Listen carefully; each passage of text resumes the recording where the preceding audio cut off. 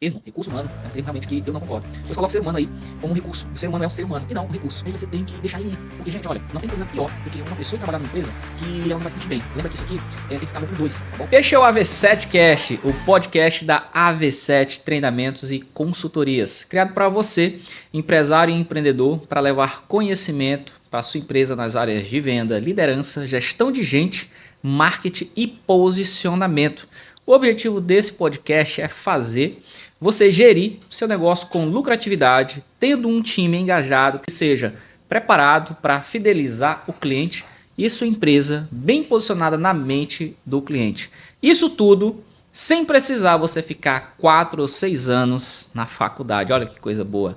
Meu nome é Arthur Vieira, eu já tenho mais de 20 anos de experiência no mercado, sou graduado em marketing, tenho MBA em gestão empresarial, estou no 8º período de psicologia com ênfase em psicanálise e psicologia organizacional. Já formei mais de 1.000 profissionais de áreas diversas. Já estive à frente de 6 empresas com faturamento de mais de 5 milhões de reais. Sou empresário e sei o que você passa todos os dias aí no teu negócio. Então fica aí que com certeza você vai receber tudo o que você precisa para ter um negócio lucrativo e bem posicionado na mente e no coração do seu cliente. Então, trazendo aqui um conteúdo prático e direto para você colocar o seu negócio na mente e no coração do teu cliente, posicionar ele realmente de uma forma que seja desejado. Teremos a participação de especialistas de áreas diversas para trazer conhecimento para você e nossos episódios serão lançados todas as sextas-feiras. Então, pessoal,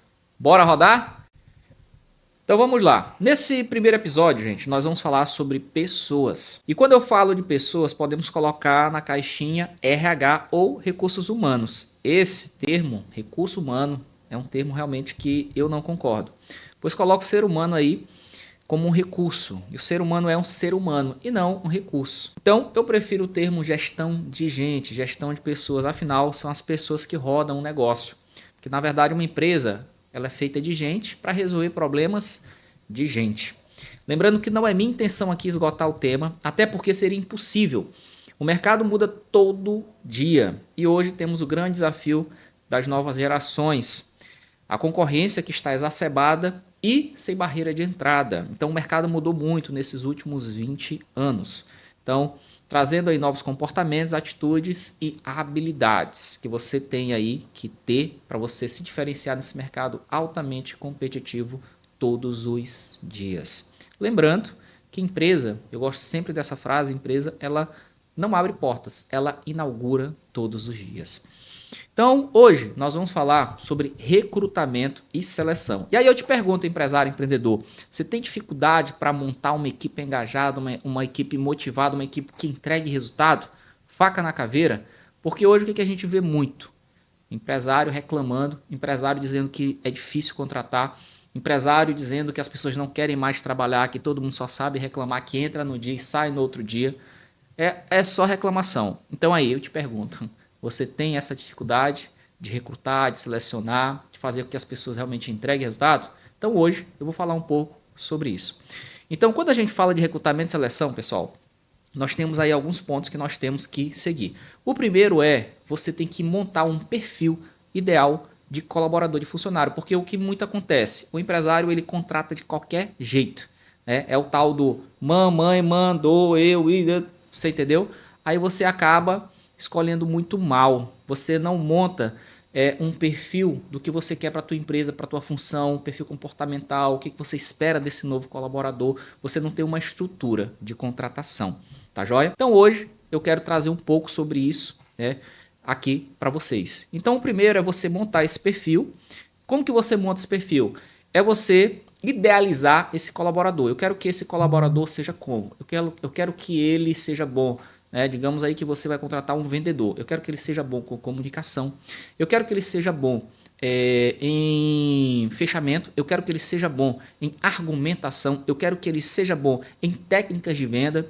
E aí você vai montando, né, esse teu colaborador ideal. Eu espero o que dele? Eu espero que ele seja animado, engajado, que ele tenha energia. Já pensou um vendedor aí que mal abre a boca para dar um ótimo dia, uma ótima tarde, uma ótima noite? Você não vai vender. O vendedor tem que ser animado, tem que ter energia. Então, você tem que colocar aí, qual idade eu quero? Eu quero entre 18 a 30 anos. Experiência, né? Claro, você está contratando um vendedor, tem que ter experiência em vendas. E como essa experiência, né? Quais áreas que você espera? Se você, por exemplo, vai contratar na área de vendas, seria interessante alguém que tivesse aí essa experiência em vendas ou em áreas parecidas. Já vendeu eletrodoméstico, já vendeu carro, por exemplo, né? Que já tem aquele manejo com essa parte, né, de vendas. Então é interessante você contar essa experiência. E quanto tempo de vendas? Eu quero alguém que tenha já 1 ano de experiência em vendas, 2 anos, 3 anos, 4 anos. E lembrando, tem muita empresa também que prefere pegar um novo funcionário virgem que não tem experiência. Já não indico muito. Mas vai de empresa para empresa. Tem pessoas que gostam de fazer, tá joia? Depois, quais os cursos que você espera desse novo vendedor? Claro, tem que ter um curso aí básico, né, em Office, tem que saber de Word, tem que saber de Excel, tem que saber de PowerPoint, porque uma hora pode precisar, né? Tem que entender de sistema, tem que entender, por exemplo, de técnicas de venda. Então, poxa, quantos cursos você fez de técnica de venda? Quantos livros você já leu? Qual é aí o teu arcabouço, né, de cursos para que você venha somar na nossa empresa? Então, quais os cursos você espera? E lembrando sempre, pessoal, quando a gente vai contratar, a gente tem que lembrar do hard e do soft skills. E o que seria aí esse hard e soft skills? Hard skills é tudo que cabe num currículo. A experiência profissional, em quantas empresas essa pessoa já trabalhou, né? Então, o hard skills é tudo que o papel aceita, ok? Depois vem o soft skills. Geralmente, soft skills, você vê alguma coisa ali na entrevista. Inclusive, vou falar da entrevista daqui a pouco. Então, o que é isso? É comportamento. É a forma como fala, como verbaliza, a energia, na dinâmica que você aplica, você vê isso também, né? Mas o soft skill, na verdade, você vê de forma mais aprofundada nesses 90 dias que o colaborador vai ficar contigo na fase de teste. Ok? Então, é importante isso também. Hard e soft skills. Análise do currículo. Como é que eu analiso, Arthur, um currículo? Olha, vou te dar aqui algumas dicas, tá joia? Então, por exemplo, você pediu ali um novo colaborador do sexo feminino entre 18 a 30 anos, ok? É tanto hoje, né, que hoje, o que as pessoas estão fazendo? Não estão mais mandando, né, seguindo a risca esse sexo feminino, masculino, todo mundo manda os currículos, né? Mas, enfim, se você pediu sexo feminino, e aí vem um currículo sexo masculino, aquele currículo já está fora ali da seleção. Você pediu uma idade entre 18 a 30 anos, e aí chegou um de 40, já está fora também da seleção. Outra coisa muito importante, chegou um currículo ali que a pessoa passou em 10 empregos em 1 ano.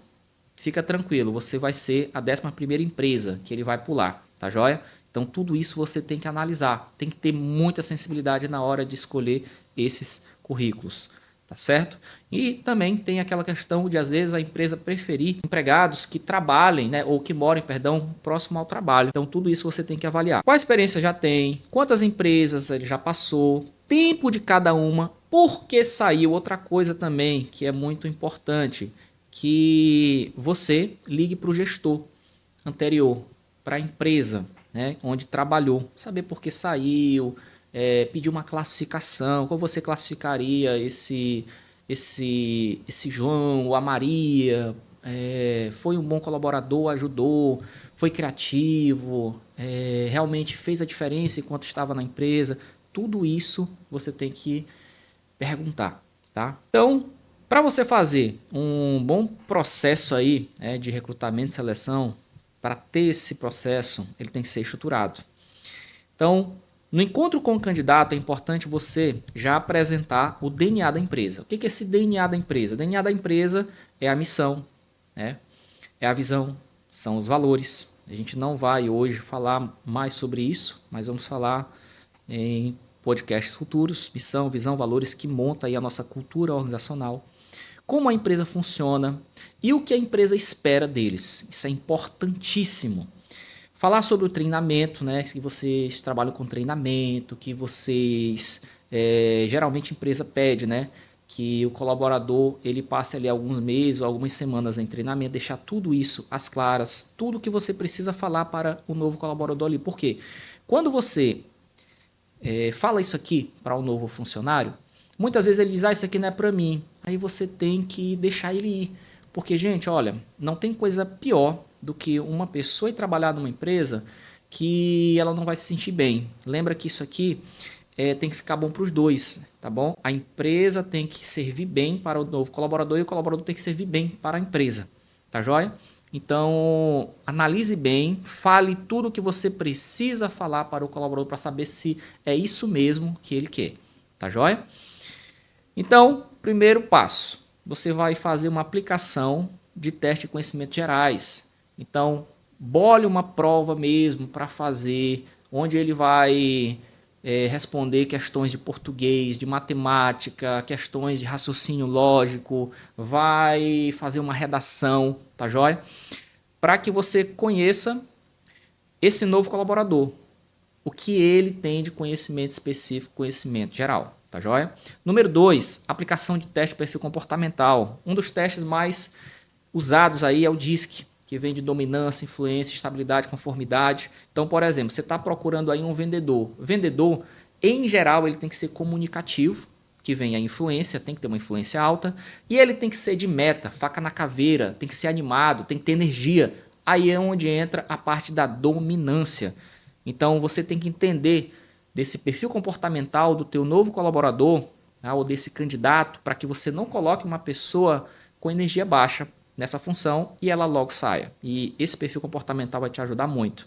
Número 3, entrevista com gestor imediato e dinâmica. O que é isso aqui? Você vai fazer uma entrevista com ele, ok? Então, aquelas velhas perguntas, como você se vê daqui a 5 anos, quais são os teus pontos fortes, teus pontos fracos, me fala aí o tempo que você está desempregado, o que foi que você fez curso ou não? Aí você já vai pegando aí, tá? Na fala desse candidato, se ele vai servir ou não para a vaga.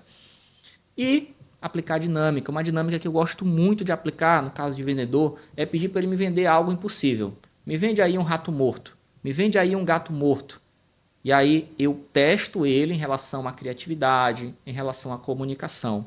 Número 4, entrevista final com o gestor imediato e dono da empresa. Então, no final, vai ter uma outra entrevista que você vai estruturar com outras perguntas. Às vezes pode repetir as mesmas perguntas que você já fez e coloca outras, só que dessa vez junto com o dono da empresa.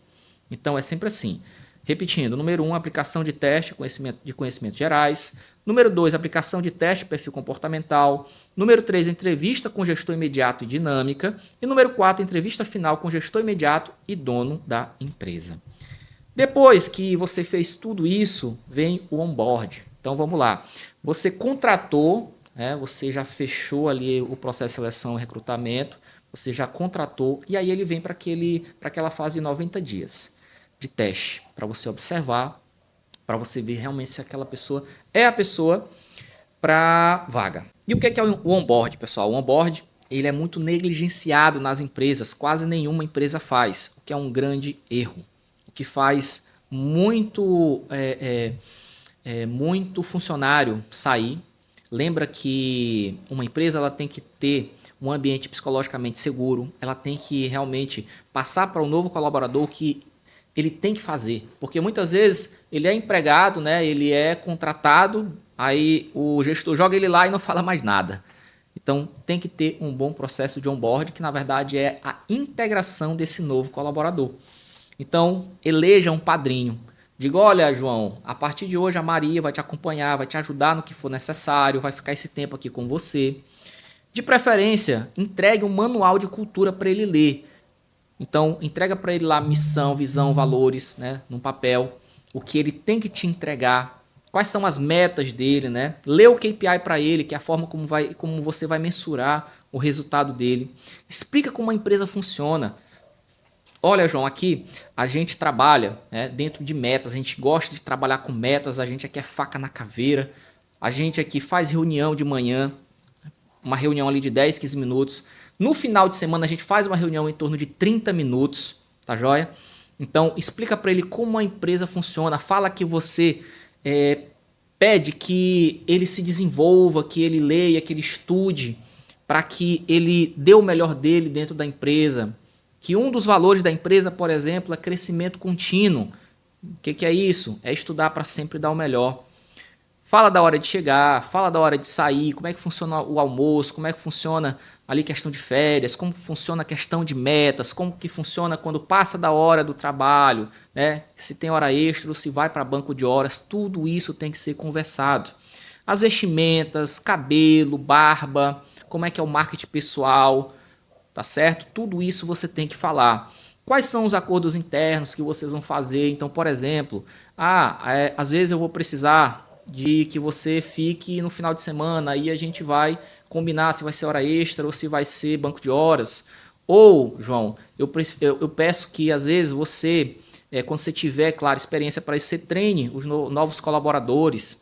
Então, qual é o papel dele ali? Você tem que deixar tudo claro, tá? Tudo claro para que depois ele não venha te cobrar por conta disso, tá joia? Tem que ser bom para os dois, para a empresa e para você. Então, os treinamentos. Deixe claro sobre a disponibilidade de treinamento, o que precisa para executar o trabalho. Então, olha, uma coisa que eu sempre comento, que gera até polêmica, né? Uma vez eu fui num treinamento em Fortaleza, nunca esqueci disso, tem mais ou menos uns 5 anos. E aí eu lembro que eu saí daqui, do meu estado, fui para Fortaleza, pagando passagem aérea, pagando hospedagem, só o ingresso custou ali R$ 1.700, enfim. Fui eu e minha esposa, então gastamos em média ali uns R$ 6.000 para ficar 3 dias de treinamento, em 3 dias de treinamento. E eu notei, tinham mais ou menos, pessoal, umas 3.000 pessoas nesse treinamento. Realmente tinha bastante pessoas. E aí eu notei que nesse treinamento tinha algumas empresas que estavam, né, ou tinha alguns funcionários que estavam com a blusa da empresa. Aí eu, poxa, se tinha muita gente, com certeza ganharam ali, depois eu fui até perguntar, né, ganharam algum desconto para levar esses funcionários. E realmente isso ocorreu, né? Aí eu lembro que no segundo dia eu saía um pouco mais cedo, o treinamento começava às 9 da manhã e ia até 2 ou 3 horas da manhã do dia seguinte, para vocês terem uma ideia como era puxado. E aí eu lembro que no segundo dia eu saía um pouco mais cedo para pegar táxi, porque senão eu não ia conseguir táxi. E aí eu lembro de uma dessas funcionárias que estava com uma blusa de uma dessas empresas, né, no telefone, xingando a empresa. Ai, Pê, que não sei o quê, que eu não sei o porquê que esse pessoal me manda pra caixa, que eu não tenho o que fazer, detonando a empresa. E eu olhei assim, meu Deus do céu, eu saio do meu estado para ficar 3 dias aqui, né, achando maravilhoso. Para você ter uma ideia, para mim sair 10, 15 minutos antes para pegar o táxi, eu já me sentia culpado, porque eu ia estar perdendo alguma coisa, e aquela pessoa que estava lá, com certeza a empresa estava pagando, né, certamente a empresa estava pagando treinamento e ela reclamando. Entendeu? O que é isso, gente? É ponto de vista. O que é isso? É viés cognitivo. O que é isso? É você ser grato pelo que você está tendo. O que é isso? É você, como empresário, saber quem você vai colocar no barco ou não. Ok? Então, isso aqui gera uma grande polêmica, tá? O que eu vou dizer aqui para vocês agora. O que é um acordo interno? Acordo interno é quando você chega para o funcionário e fala, funcionário, eu preciso de 3 domingos, 4 domingos seus para a gente treinar você, ok? Você concorda? Aí ele vai te dizer se concorda ou não. E, gente, olha o que gera polêmica aqui. Tem empresa que tem como pagar e tem empresa que não tem como pagar. Não estou aqui dizendo o que é certo ou errado, né? Não vou citar CLT aqui também, não estou defendendo nada. Eu só estou apenas dizendo que tem empresa que pode e tem empresa que não pode. Aqui é um acordo interno. O nome disso é acordo interno. Ok?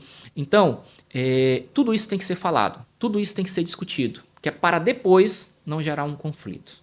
Tá joia, pessoal? Então, treinamento é isso, né? É você passar o conhecimento, o hard que esse novo colaborador vai precisar para performar dentro da empresa.